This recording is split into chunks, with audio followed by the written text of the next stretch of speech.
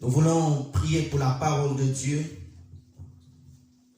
Dieu notre Père dans le ciel, au nom du Seigneur Jésus-Christ, nous te louons, nous te glorifions, Père. Merci, Seigneur, de ce moment que tu nous donnes. Notre Dieu, notre Père, donne-nous ta parole au nom de Jésus-Christ. Que ton Esprit Saint nous enseigne. Bénis ton peuple. Donne un bon entendement, Seigneur.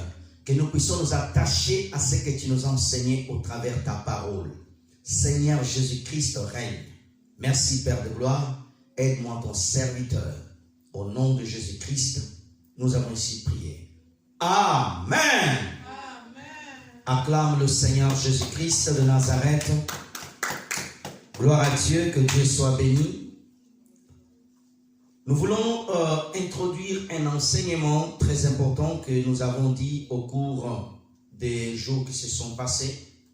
Par la grâce de Dieu, nous avons pu parler de cette série que nous avons commencé sur le type de chrétiens qui ne sont pas prêts, les types de chrétiens qui sont prêts. Par la grâce de Dieu, nous avons pu donner une matière. Mais nous prions le Seigneur, si Dieu nous accorde la grâce, nous y reviendrons. Aujourd'hui, nous allons introduire un enseignement très important dont je donnerai des séries. Et là, je vais attaquer par 3 séries. Je bénis le Seigneur Jésus-Christ. Ce matin, j'ai reçu 3 prédications. Gloire à Dieu. Amen. Et vraiment, nous remercions le Seigneur pour ce que Dieu fait. Amen. Ce n'est pas des prédications qu'aller regarder sur YouTube, copier, non. C'est des prédications qui viennent du Saint-Esprit. Amen. C'est pour cela que je veux que tu notes à chaque fois ces choses. Un jour, demain, peut-être tu seras amené à partager la parole de Dieu, aller édifier une famille, aller aider quelqu'un, et ces enseignements, tu le gardes. Amen. Voici notre thème d'aujourd'hui, je veux que tu puisses le noter. Christ a la clé pour la réussite de mon mariage. Christ a la clé pour la réussite de mon mariage. Nous sommes dans le culte de famille. Nous allons enseigner ces choses. Nous donnerons une série d'enseignements. Je vais répéter. Christ a la clé pour la réussite de mon mariage. Jean chapitre 2 du 1er verset au 11e verset. Est-ce qu'on peut m'accompagner avec le fond Yoshua, s'il te plaît? Jean chapitre 2 du 1er verset au 11e verset. Nous lisons la parole de Dieu. 3 jours après, il dénonce à Cana, en Galilée. La mère de Jésus était là. Et Jésus fut aussi invité aux noces avec ses disciples. Le vin ayant manqué, la mère de Jésus lui dit: ils n'ont plus de vin. Jésus lui répondit: femme, qu'y a-t-il entre moi et toi? Mon heure n'est pas encore venue. Sa mère dit au serviteur: faites ce qu'il vous dira. 6. Or, il y avait là 6 vases de pierre destinés aux purifications des Juifs, contenant chacun 2 ou 3 mesures. 7. Jésus leur dit: remplissez d'eau ces vases. Ils les remplissent jusqu'au bord. 8. Puisez maintenant, leur dit-il, apportez-les à ordinateur du repas. Et ils lui apportèrent. 9. Quand l'ordinateur du repas ait goûté l'eau changée en vin, ne sachant d'où venait ce vin, tandis que le serviteur qui avait puisé l'eau le savait bien, il appela l'époux. 10. Et lui dit: tout homme sert d'abord le bon vin, puis le moins bon après qu'on s'est enivré. Toi, tu as gardé le bon vin jusqu'à présent. 11. Tel fut à Cana, en Galilée, le premier des miracles que fit Jésus. Il manifesta sa gloire et ses disciples crurent en lui. Acclamons la parole de Dieu, s'il vous plaît. Gloire à Dieu. Christ a la clé pour la réussite mariage. Nous voulons enseigner sur la réussite dans un mariage. Frères et sœurs, le Seigneur Jésus-Christ revient bientôt. Mais avant qu'il vienne, nous sommes encore sur la terre. Amen. Ayant sur la terre, où tu arrives à un âge où tu as besoin de te marier, tu as besoin, frères et sœurs, d'avoir une vie de mariage réussie, frères et sœurs. Amen. Un homme a toujours à la recherche du bonheur. Quand je parle d'un homme, je parle d'une femme. Lorsque tu es né, tu grandis, tu fais des études, tu vas travailler, mais il te faudra une femme, il te faudra un mari, il te faudra réussir aussi ce côté-là. Et frères et sœurs, notre Dieu, il a tout fait afin que nous puissions avoir la réussite. Frères et sœurs, c'est important de réussir son mariage. Alléluia. C'est important de réussir son mariage. Je répète bien, ma sœur et mon frère, et tant que le Seigneur Jésus-Christ ne revient pas, si tu es sur la terre, tu es marié, et que de ce mariage où tu ne vis pas bien, tu as des problèmes, tu as des difficultés, je t'assure, même ta foi, ta marche avec le Seigneur, elle sera déséquilibrée. Alléluia. Donne-moi un amen bien. Amen. Plusieurs personnes ont accepté le Seigneur Jésus-Christ. Ils sont mariés, mais ils ne vivent pas le bonheur. Ils n'ont pas la joie dans le mariage. Ils sont là, ils sont même des chrétiens. Ils vivent dans un mariage, mais il n'y a pas le bonheur. Il n'y a pas la joie. Il n'y a pas la paix. Elle va en prière tous les jours, mais elle ne va pas prier pour d'autres choses. Elle est devenue intercesseuse du mariage dont elle a rentré, ma soeur. C'est la réalité, frères et sœurs. Pendant que nous attendons Jésus-Christ, nous devons attendre Jésus-Christ dans le bonheur. Il faut que notre mariage reflète la parole de Dieu. Tu es célibataire, tu veux un jour te marier, il y a des clés dans le mariage. Il y a des choses que Christ a établies dont tu as besoin pour réussir ton mariage.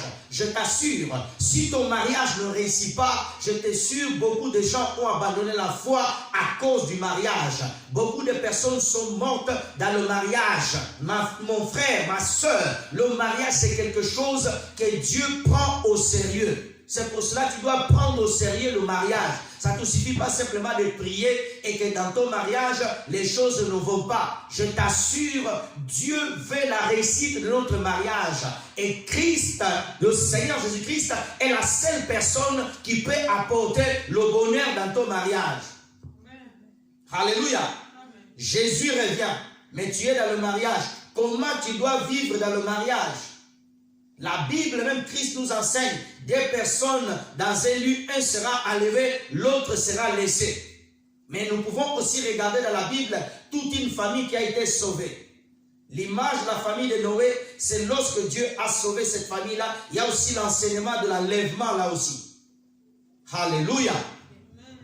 Christ a la clé pour mon mariage, la réussite du mariage. Tu vas voir un homme, il a tout, il a de l'argent, mais il a échoué dans le mariage. Tu vas voir un pasteur, il prêche bien, mais son mariage a échoué. Mais comment tu peux dire ça? Quelqu'un qui enseigne Jésus, quelqu'un qui prêche Jésus, mais son mariage va mal. Pourquoi? Il y a des choses qu'on doit faire dans le mariage. Christ doit être au centre de ton mariage. Tu peux être prophète, tu peux être apôtre. Si Jésus-Christ n'est pas au centre de ton mariage, tu n'auras pas la réussite. Amen. Amen. Alléluia. Amen.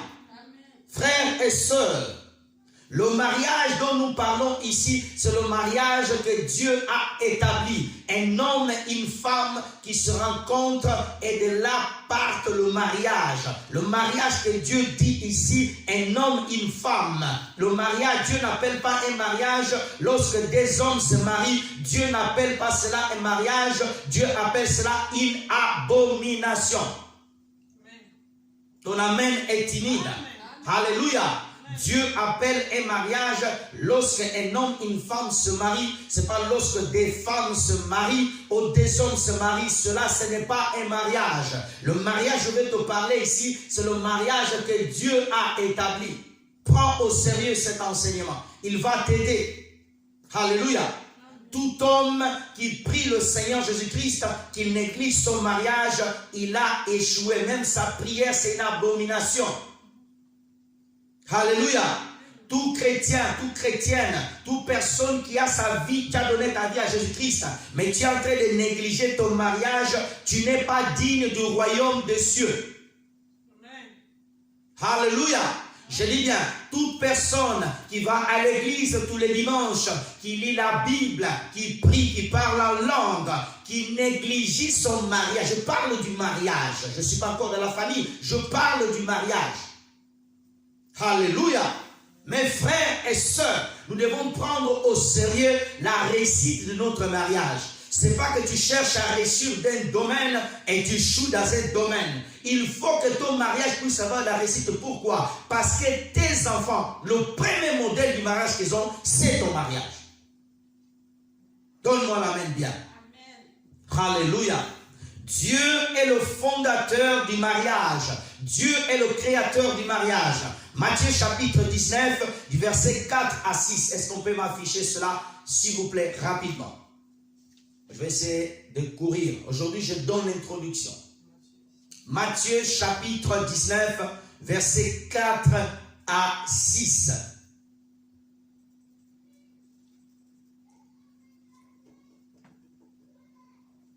Gloire à Dieu. Il répondit, n'avez-vous pas lu que le Créateur... Est-ce qu'on peut mettre le fond normal parce que ça me trouble un peu ce que vous avez mis là. Le Créateur de commencement fit l'homme, je ne vois même pas ce qui est écrit là. On ne peut pas mettre le fond normal comme c'était, s'il vous plaît. Merci. Il répondit, n'avez-vous pas lu que le Créateur au commencement fit l'homme et la femme? Et qu'il dit, c'est pourquoi l'homme quittera son père et sa mère et s'attachera à sa femme. Et les deux deviendront une seule chair. 6. Ainsi, ils ne font plus deux, mais ils sont une seule chair. Que l'homme dont ne sépare pas ce que Dieu a joint. Reviens verset 4. Frères et sœurs, Dieu est le fondateur du mariage. Je dis bien, Dieu est le fondateur du mariage. C'est quoi le mariage? C'est lorsque un homme et une femme se rencontrent. Après avoir se rencontré, ils vont décider de faire chemin ensemble. Alléluia. Je parle que la fondation du mariage. Après, je vais rentrer dans le choix. Mes frères et sœurs, c'est Dieu qui a établi le mariage. Tu dois savoir, tu es dans un mariage chrétien. Tu vis avec quelqu'un. Tu es marié avec quelqu'un. Tu dois savoir que vous êtes dans un contrat où le créateur de cela, c'est Dieu. Alléluia. Et lorsque tu sais déjà ça, tu sais déjà de où tu t'engages. Cela te poussera à la crainte de Dieu. Beaucoup de personnes rentrent dans le mariage, ils pensent que le mariage c'est quelque chose qu'un homme qui a établi. Non, c'est Dieu qui a établi. La crainte doit devenir, un homme et une femme doivent savoir, ma soeur, tu es célibataire, tu veux te marier, tu dois savoir que non, je vais m'engager dans quelque chose que Dieu a créé. Ça veut dire que le mariage c'est quelque chose de sacré. Amen. Alléluia. Ça veut dire le mariage, il y a le sacré dedans. Frères et sœurs, alléluia. Dieu, c'est celui qui a établi le mariage. Dieu dit, Dieu a dit, Dieu a créé l'homme. Il dit, au commencement, Dieu a créé l'homme et la femme. Alléluia. Dieu nous a créés pour un but de les unir, d'être ensemble.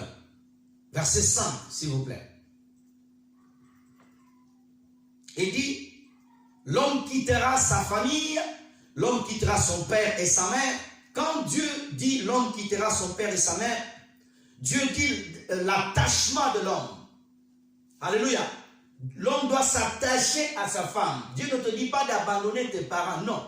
Dieu te dit simplement le sentiment qui était tourné plus à tes parents, tu dois maintenant le tourner vers ta femme. Et de même à la femme. C'est pour ça, dans un mariage bâti par Dieu, certains sentiments traditionnels ne peuvent pas lier d'autres.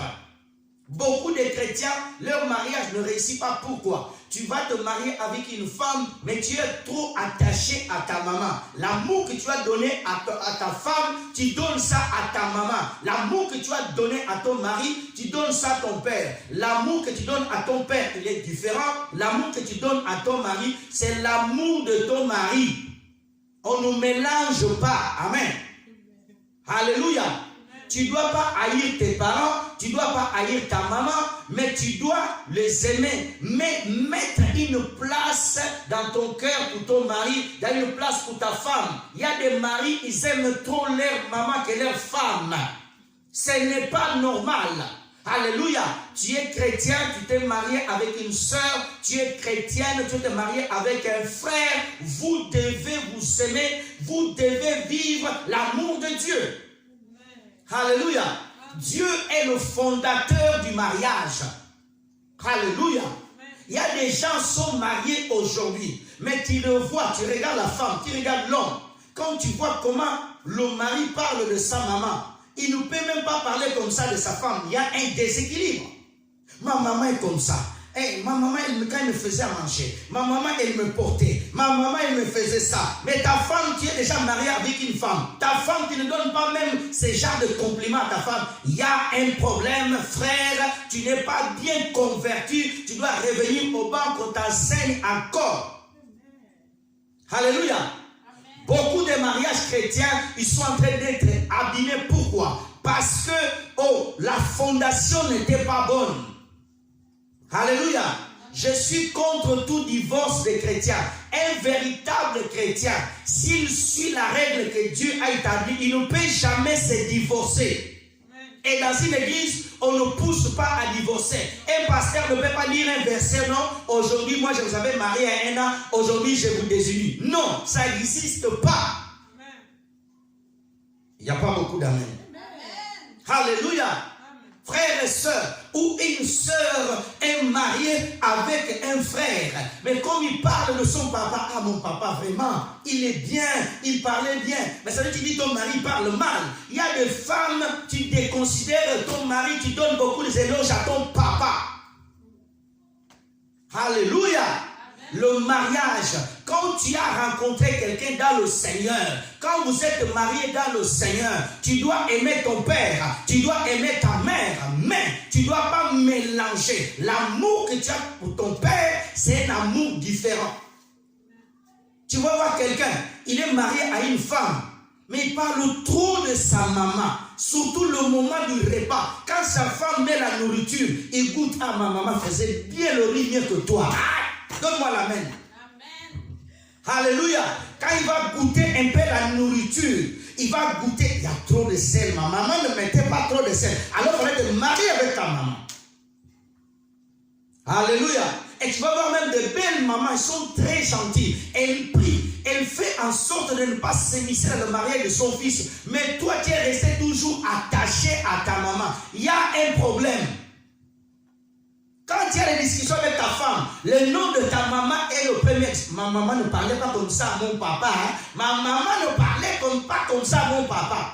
J'ai dit qu'aujourd'hui je vais rester calme, mais toujours l'onction est forte. Frères et sœurs, alléluia. Vous voyez des fois des frères, ils se marient à l'église. Oh, vraiment, je vais t'achérir. Vraiment, je vais t'aimer devant l'église. Tu prends le micro, tu cites un poème de cantiques, tu cites devant les gens. Mais quand la sœur arrive à la maison, tu commences à la traiter comme une étrangère. Frères et sœurs, le fondateur du mariage, c'est Jésus de Nazareth. Amen. Il s'attachera à sa femme. Un homme doit s'attacher à sa femme. Ah, que Dieu te bénisse, sœur. Un homme, quand il se marie, il doit s'attacher à sa femme. Alléluia. C'est quoi s'attacher à sa femme? Alléluia. Ce n'est pas prendre le mauvais comportement de ta femme, non. Ça veut dire simplement aimer ta femme, l'écouter, être avec elle, l'accompagner, la comprendre. Alléluia. Frères et sœurs, deviendront une seule chair. Le mariage part quand vous vous rencontrez, frères. Vous devenez, Dieu ne regarde plus deux personnes à la maison, une seule personne. Mais tu vas voir, Dieu vous appelle une seule chair. Mais vous n'êtes pas une seule chair, vous êtes 10 chairs. Dans la maison, le mari a des goûts différents de sa femme. Il veut amener sa femme en dehors même de la Bible. Ma soeur, tu es mariée avec un frère à l'église. Reste dans la Bible. J'ai beaucoup de choses à dire sur ça. Je dirais des choses qui vont choquer même les gens qui vont écouter ça. Frères et sœurs, alléluia, soyez une seule chair avec ta femme. Ta femme dit oui, toi aussi dis oui. Il y a des maris, ils ne sont pas collés avec leurs femmes. Les paroles. Quelqu'un vient vous visiter, la femme dit n'est pas là. Toi tu es dans la chambre, tu sors. La femme est mal vue. Alléluia. Tu n'es jamais d'accord avec ta femme. Ta femme te dit B, toi tu es toujours au 7. Alléluia. La femme, elle dit du bien de toi à sa famille. Toi, quand tu vas, tu casses ta femme. Donne-moi la main bien. Amen. Alléluia. Amen. Et après, vous venez le dimanche, vous tenez à la main. Mais vous n'êtes jamais d'accord à la maison. Mais à l'église, devant les gens, on voit ce couple, il est bien. C'est un bon exemple. Ce n'est pas un bon exemple. Ce que vous voyez, c'est l'extérieur. Alléluia. Frères et sœurs, ne dis pas un couple à l'église sont un bon exemple que quand tu le vois à l'église, il faut le voir dans la vie de tous les jours. Des gens ont des masques. Amen. Alléluia. Le mari, c'est un frère doux. À la maison, c'est un lion. Alléluia. Il fait qu'insulter sa femme. Jamais de compliments. La femme, ça fait 1 an qu'elle attend le je t'aime. Quand il entend je t'aime, il entend le mari dire je t'aime à l'église. À la maison, il n'y a pas de je t'aime. Ton amen est timide, ton amen m'inquiète. Frères et sœurs, alléluia. Aujourd'hui, frère, même si nous prions beaucoup, tu peux prier beaucoup en langue, mais tu dois prendre soin de ta femme et de ton mari. Alléluia. Nous sommes encore dans la chair, nous ne sommes pas déjà dans l'esprit. Tu vis pas avec un esprit. Tu vis avec quelqu'un qui a une chair, a une âme, a un esprit. Donne-moi bien la main, je vais te parler. Alléluia. Le matin, il se lève, ce n'est pas l'esprit qui se lève à côté de toi, c'est une chair. Alléluia. Amen. Il y a des... Je dirai ça la prochaine fois. Frères et sœurs, le temps passe. Je dois aller rapidement. Frères et sœurs, le choix de la femme et le choix du mari. Je veux que tu notes cela. On va courir parce que nous n'avons pas beaucoup de temps. Dieu doit être le commencement du mariage. Je veux que tu marques le choix de la femme, le choix de l'homme. Dieu doit être au commencement du mariage. On va prendre un texte, Genèse 24, du verset 9 à 20. Genèse 24, du verset 9 à 20. Tu vas comprendre où je vais en venir. Rapidement, Genèse 24, 9 à 20. Nous lisons. Le serviteur mit sa main sur sa cuisse d'Abraham, son seigneur, et lui jura d'observer ces choses. 10. Le serviteur prit 10 chameaux. Parmi les chameaux de son seigneur, il partit ayant à sa disposition tous les biens de son seigneur.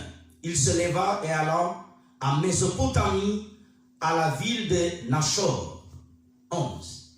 Il fit reposer les chameaux sur leurs genoux hors de la ville, près du puits au temps du soir, au temps où sortaient celles qui vont puiser de l'eau.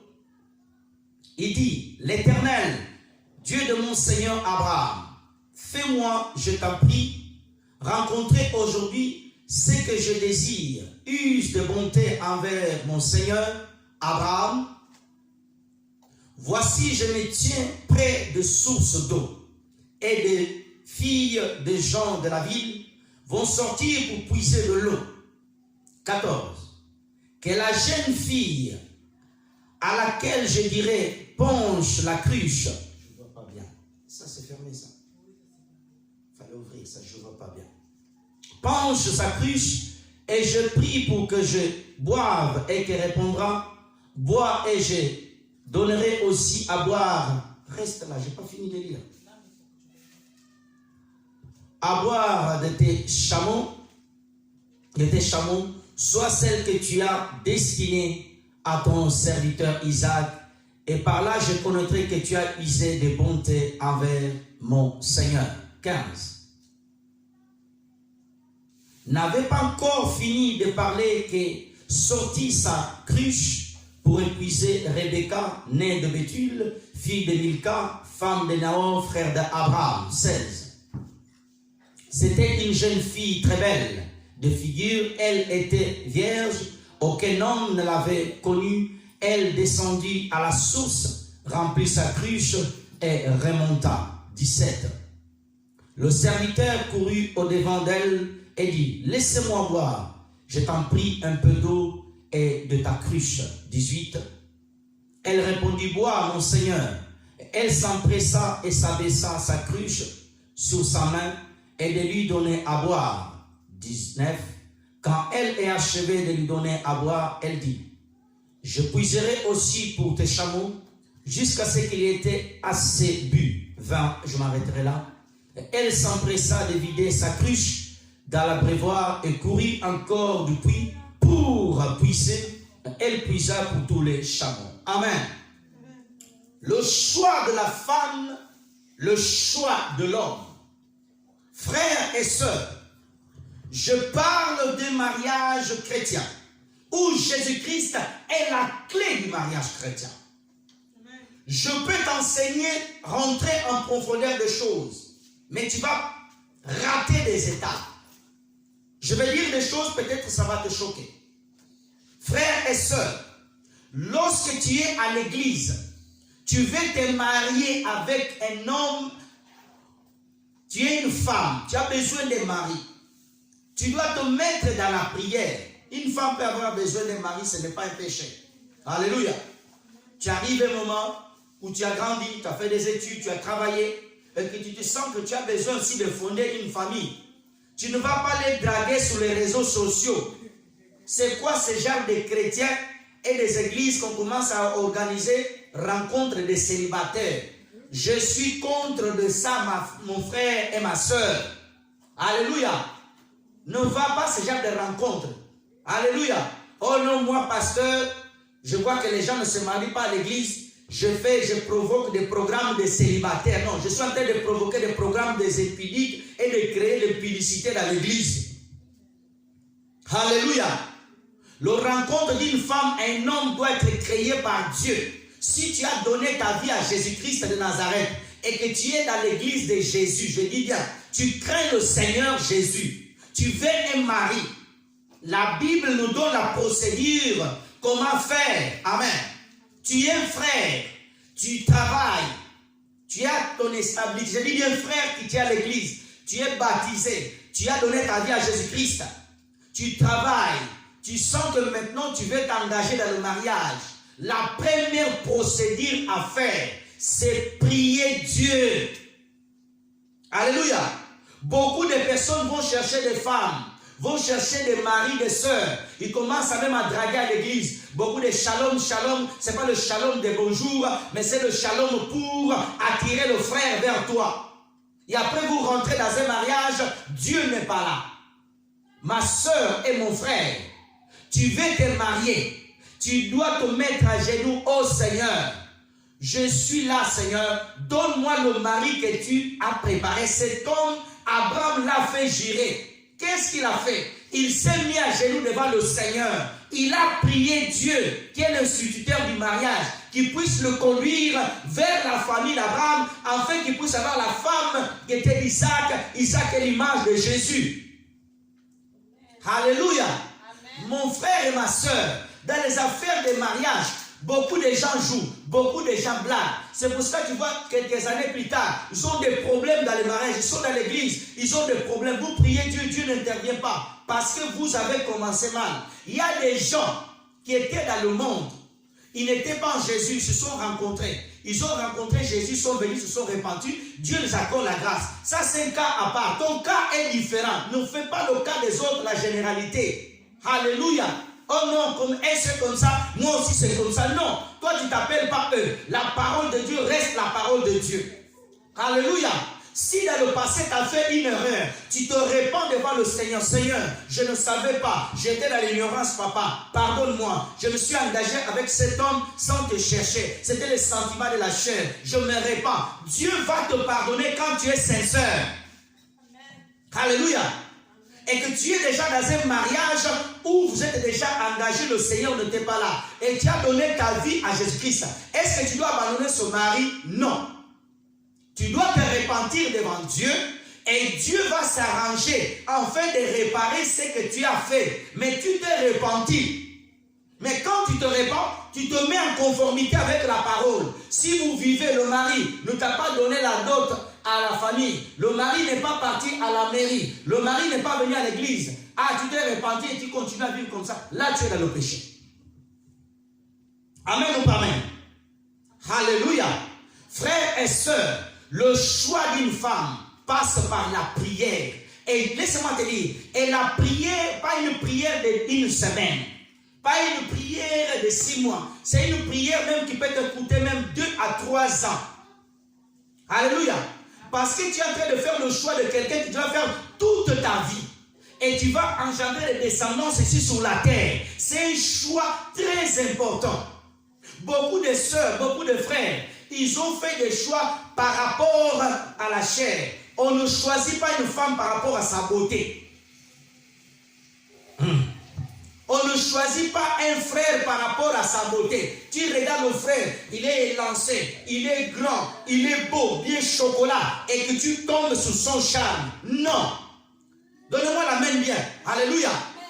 On ne choisit pas une sœur parce qu'elle est belle. Regardez-moi, elle marche à l'église comme ça. Elle marche comme ça. Elle a des cabellos jusqu'à là. Elle a une beauté. Elle a une tête. On ne choisit une femme, on ne choisit pas par la beauté.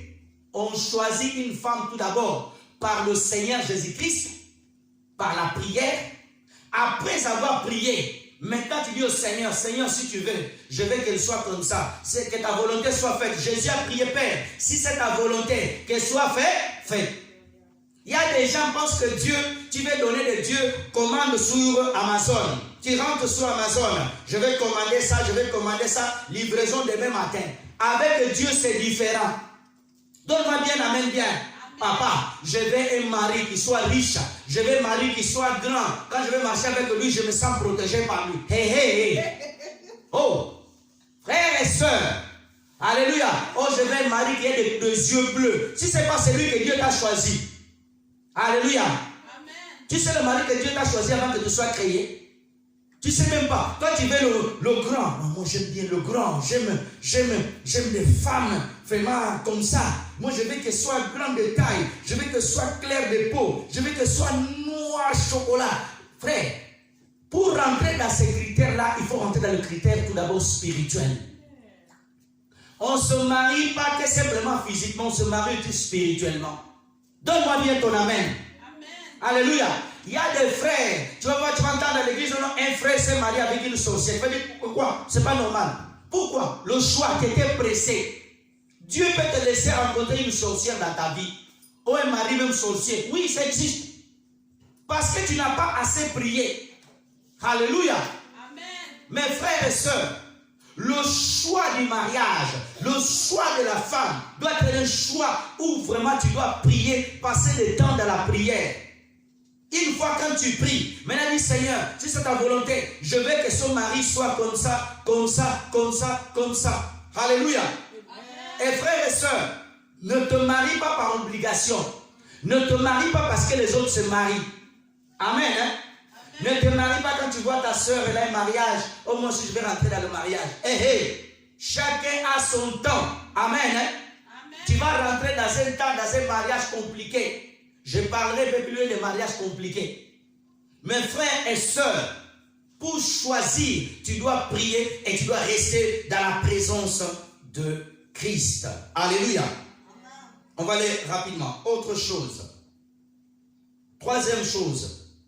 Christ doit être le maître du mariage. Christ doit être le maître de votre mariage. Éphésiens chapitre 3, verset 17, rapidement, et après on va lire encore un autre passage.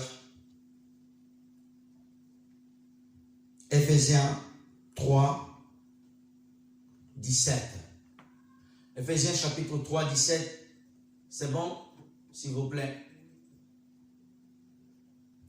En sorte que Christ habite dans vos cœurs par la foi, afin qu'étant enraciné, fondé dans l'amour. Tu prends aussi, s'il vous plaît, Jean 15, verset 5, pour appuyer ce deuxième passage.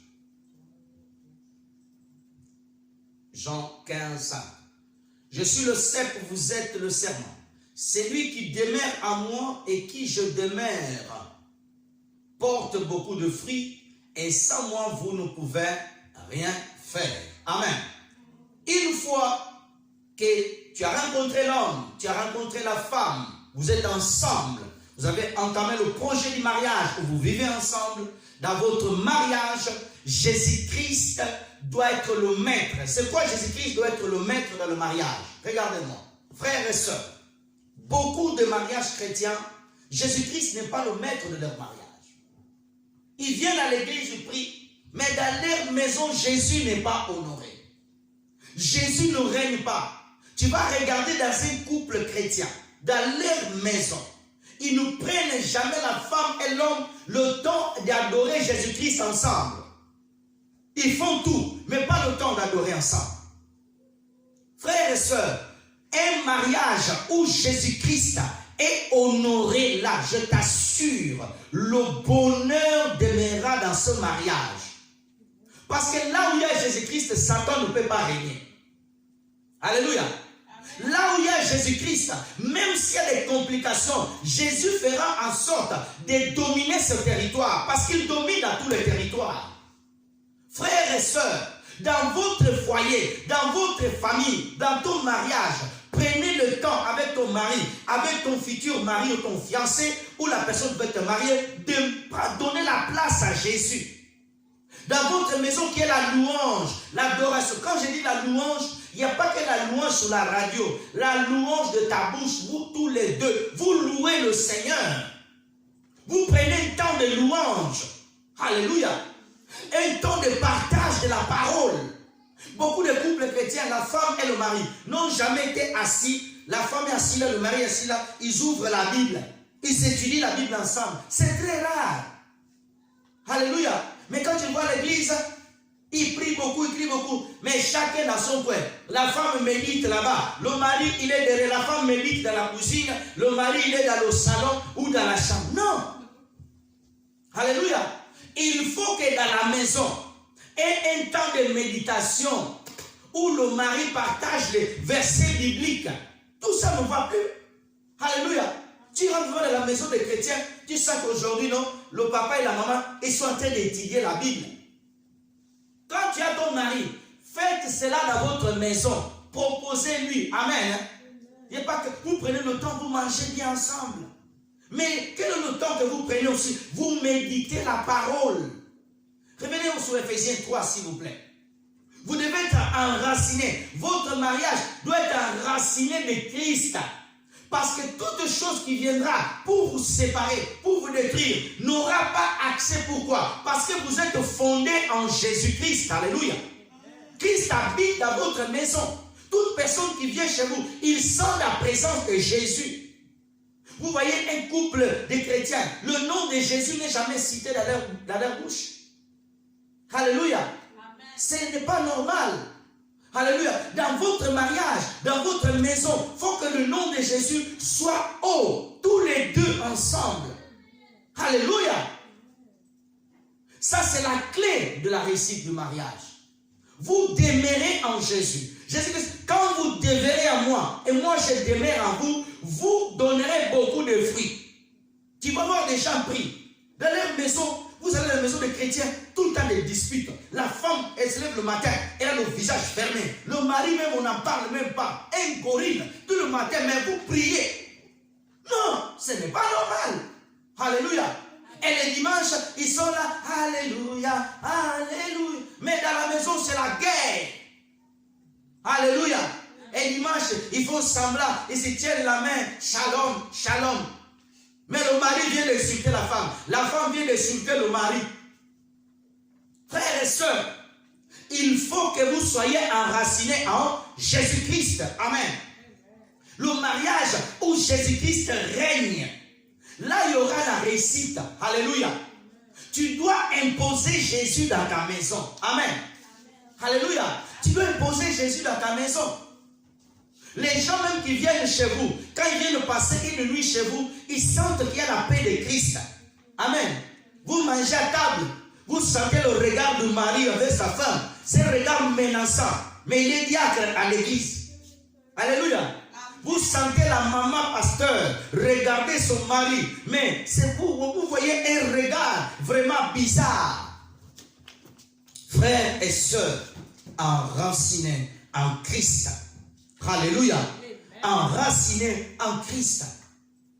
Tu es avec ton mari, même s'il n'est pas à côté de toi. Il est loin. Même mon téléphone, est-ce qu'on peut partager tel verset? J'étais en train de méditer ce matin, je n'ai pas compris. Il ne faut pas que le mari s'échappe. Amen. Oh non, on le fera demain. Et quand le mari te propose, non, je n'ai pas le temps. Je dois faire la cuisine. Ah, tu ne vois pas que je fais la cuisine. Beaucoup de sœurs chrétiennes, tout a des raisons. Mais pour regarder novelas, pour regarder des films et des histoires, tu as le temps. Moi, je ne comprends pas. Des chrétiens et des chrétiennes. Quelqu'un qui a beaucoup de temps d'aller sur Internet, de faire beaucoup de choses, mais n'a jamais le temps de partager la parole avec son amoureux, avec son mari. S'il y a quelqu'un qui tu dois partager la parole, c'est même ton mari, c'est même ta femme. Amen. Moi, quand j'ai fini de prêcher, je partage ma femme. Bon là, tu as écouté la prédication, qu'est-ce que Dieu t'a compris, tout ça. On partage. Amen. Amen. Toi, tu es ton mari, tu ne parles même pas. Tu es célibataire, il y a un homme qui veut de toi. Commence à partager. Vous êtes des fiancés. Je dis bien des fiancés. Partage-lui la parole. Enseigne-lui la parole. Amen. Dis aujourd'hui à l'église, oh, le Seigneur nous a dit ça. Et est-ce que tu comprends cette parole? Les gens ne font même pas ça. Tu vas voir les jeunes chrétiens qui veulent se marier à l'église. Quand ils sont là, des fiancés, vous sentez que ces fiancés sont bizarres. Ils sont déjà connus. Des fiancés bizarres, il n'y a pas la crainte dans leurs yeux. Les fiancés regardent la fiancée, les yeux, le fiancé regarde la fiancée, vous êtes bizarre. Et le jour du mariage, ils ne sont même pas pressés de rentrer parce qu'ils se connaissent déjà, ils sont déjà consommés. Donne-moi la main bien. Amen. Alléluia. Frères et sœurs, et l'esprit de partage dans ta maison, la parole. Amen. Tu te lèves le matin, tu lis la Bible, ton mari part, toi tu lis la Bible. Dans notre maison, la Bible est toujours fermée. Chez toi, la Bible est toujours ouverte. Amen. Tu lis la Bible, tu habites tout seul. Quand tu parles, la Bible est ouverte. Chez nous, la Bible est toujours ouverte. Elle n'est jamais fermée. Dans notre chambre, quand tu regardes, la Bible est toujours ouverte. On l'a lu, elle est toujours ouverte. Alléluia. Il faut partager la parole avec ta femme. Alléluia. Ton amoureux, pourquoi? Cela va permettre vraiment de garder votre couple. Jésus sera le garant de ce mariage. Amen. Alléluia. C'est là le garant du mariage. Demain, quand il y a un problème, Jésus est là. Alléluia. Vous vous appelez Jésus quand il n'est pas là. Quand vous êtes déjà au fond. Non. Qu'il y ait des problèmes ou pas, il est déjà là. Alléluia. C'est plus simple de parler avec quelqu'un qui est déjà là, quelqu'un qui est loin pour l'appeler. Il est déjà là. Il est avec vous. Alléluia. Tu sens sa présence. Il faut que dans ta maison, ait toujours la Bible ouverte. Même les gens, quand ils viennent faire des travaux chez vous, ils voient la Bible. Ils ont la crainte. Ici qu'ici, on fait attention. Frères et sœurs, on peut condamner l'église catholique, vous, déjà, vous que le condamnez. Des fois, vous regardez l'église. Les Bibles sont toujours ouvertes. Toi, on va chez toi. On ne voit même pas la Bible. Un couple chrétien, on ne voit pas la Bible. La Bible est dans le sac, la Bible attend le culte le dimanche. La Bible, depuis qu'elle est rentrée le dimanche, elle attend dimanche prochain. Quel genre de mariage vous êtes? Quel genre de couple vous êtes? Et dimanche, on vous voit à l'église? Non. Et quand l'autre veut méditer la parole, l'autre il est au téléphone sur YouTube. Ce n'est pas normal. Dans un mariage, quand l'autre prend la Bible, toi aussi prends la Bible, ou vous méditez ensemble. Ce n'est pas l'autre regarde, lit la Bible, l'autre il est là en train de regarder les gens qui sont en train de faire des blagues, et l'autre lit la Bible, franchement. Quel genre de couple? Après vous dites non, nous sommes des couples chrétiens. Non, vous êtes des couples de désordre. Alléluia, c'est genre de désordre.